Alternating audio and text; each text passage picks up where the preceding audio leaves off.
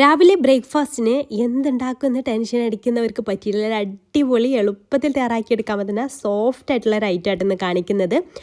അരിപ്പപ്പോള, മുട്ടപ്പത്തൽ എന്നൊക്കെ പറയൂ കേട്ടോ. അതിന് പല പേരുകളുണ്ട്. അപ്പോൾ നിങ്ങൾ എന്താ ഇതിന് പറയലെന്നുണ്ട് കമൻറ്റ് ചെയ്യണേ. അപ്പം തയ്യാറാക്കി നോക്കാത്തവരുണ്ടെന്നുണ്ടെങ്കിൽ മസ്റ്റ് ട്രൈ ആയിട്ടുള്ള ഒരു ഐറ്റം തന്നെയാണ് കേട്ടോ. അപ്പോൾ ഇതെങ്ങനെയാണ് ചെയ്തെടുക്കുന്നതെന്ന് കണ്ടാലോ. അപ്പോൾ ഞാനിവിടെ 2 കപ്പ് മൈദപ്പൊടി വെച്ചിട്ടാട്ടോ ചെയ്തെടുക്കുന്നത്. അപ്പോൾ ഒരു ബൗളിലേക്ക് നമുക്ക് 2 കപ്പ് മൈദപ്പൊടി ഇട്ട് കൊടുക്കാം. പിന്നെ അതിലേക്ക് ഒരു മുട്ട ചേർത്ത് കൊടുക്കാം കേട്ടോ. 2 കപ്പ് മൈദയിലേക്ക് ഒരു മുട്ട മതി. ഇപ്പോൾ നിങ്ങൾ 3 കപ്പ് മൈദപ്പൊടിയൊക്കെയാണ് എടുക്കുന്നതെന്നുണ്ടെങ്കിൽ ഒരു 2 മുട്ട എടുത്തോളൂ കേട്ടോ. ഇതിൽ മുട്ട മസ്റ്റായിട്ടും ചേർത്ത് കൊടുക്കണം. പിന്നെ ആവശ്യത്തിനുള്ള ഉപ്പ് ചേർത്ത് കൊടുക്കാം. പിന്നെ ആവശ്യത്തിന് വെള്ളവും കൂടെ ചേർത്തിട്ട് നമുക്ക് നല്ല രീതിയിലത് സ്മൂത്ത് ബാറ്ററാക്കി എടുക്കാം. ഞാൻ വിസ്ക് വെച്ചിട്ടാണ് മിക്സ് ചെയ്തെടുക്കുന്നത്. അപ്പോൾ നിങ്ങൾക്ക് ഒന്നുകൂടെ ഈസി ആക്കണമെന്നുണ്ടെങ്കിൽ മിക്സിയിലിട്ട് അടിച്ചെടുത്താലും മതി. ഞാൻ മിക്സിയുടെ ജാർ എടുക്കണ്ടല്ലോ എന്ന് വിചാരിച്ചിട്ടാണ് ഇതുപോലെ ചെയ്തെടുക്കുന്നത്. ഇതുപോലെ ഈ ഒരു കൺസിസ്റ്റൻസിയിലാട്ടോ നമ്മുടെ ബാറ്റർ വേണ്ടത്. ഒട്ടും കട്ടയില്ലാണ്ട് മിക്സ് ചെയ്തെടുക്കണം. ഇനി നമുക്ക് ഇതുപോലത്തെ മൺചട്ടിയാണ് കേട്ടോ വേണ്ടത്. ഇത് ചുട്ടെടുക്കാൻ വേണ്ടിയിട്ട് നമ്മൾ ഓട്ടടക്കൊക്കെ ചുട്ടെടുക്കുന്ന മൺചട്ടി ഉണ്ടല്ലോ, അതാണ് വേണ്ടത്. അപ്പോൾ അത് ഞാൻ ചെറിയ തീയിലിട്ട് കൊടുത്തിട്ട് ഒരു തവി മാവ് ഒഴിച്ച് കൊടുത്തിട്ടുണ്ട്. എന്നിട്ട് ജസ്റ്റ് ഇതുപോലെ അങ്ങ് ചുറ്റിച്ച് കൊടുക്കുക, ചെറുതായിട്ടൊന്ന് പരത്തി കൊടുക്കുക കേട്ടോ.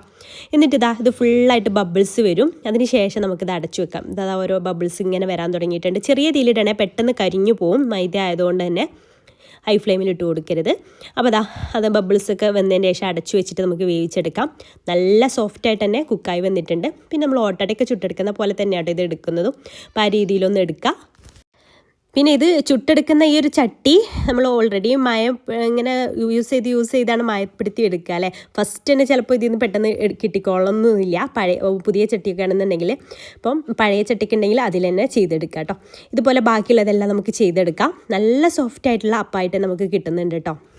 ഇതിലേക്ക് നമുക്ക് ചുട്ട ഉടനെ ഇതിൻ്റെ മുകളിൽ വേണമെന്നുണ്ടെങ്കിൽ നെയ്യൊക്കെ സ്പ്രെഡ് ചെയ്ത് കൊടുക്കാം. ഞാൻ ഇപ്പോൾ നെയ്യൊന്നും സ്പ്രെഡ് ചെയ്യുന്നില്ല.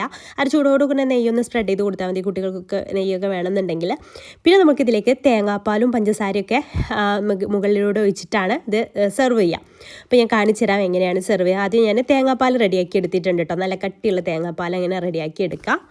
എന്നിട്ടിത് ഓരോന്നിൻ്റെ മുകളിലായിട്ട് ഇതുപോലെ അങ്ങ് ഒഴിച്ചു കൊടുക്കാം. ഇങ്ങനെ ഹോൾസ് കണ്ടില്ലേ, അതുകൊണ്ടാണ് ഇതിൻ്റെ പേര് അരിപ്പ എന്ന് കൊടുത്തിട്ടുള്ളതാണ് എനിക്ക് തോന്നുന്നത്. അരിപ്പപ്പോള എന്നൊക്കെ ഇതിന് പേര് വന്നത് കാരണം അതന്നെ ആയിരിക്കും. എന്നിട്ട് അതിൻ്റെ മുകളിൽ കുറച്ച് പഞ്ചസാര കൂടെ സ്പ്രെഡ് ചെയ്തിട്ട് ഇതുപോലെ അങ്ങ് കഴിച്ചാൽ നല്ല ടേസ്റ്റാണ് കേട്ടോ. എനിക്ക് ഭയങ്കരമായിട്ട് ഇഷ്ടമായിട്ടുള്ളൊരു ഐറ്റമാണ്. തയ്യാറാക്കി നോക്കാത്തവർക്ക് മസ്റ്റ് ട്രൈ ആയിട്ടുള്ള ഒരു ഐറ്റമാണ് കേട്ടോ. ഇഷ്ടമായാൽ ലൈക്ക് ചെയ്യാനും ഫോളോ ചെയ്യാനും മറക്കല്ലേ. താങ്ക്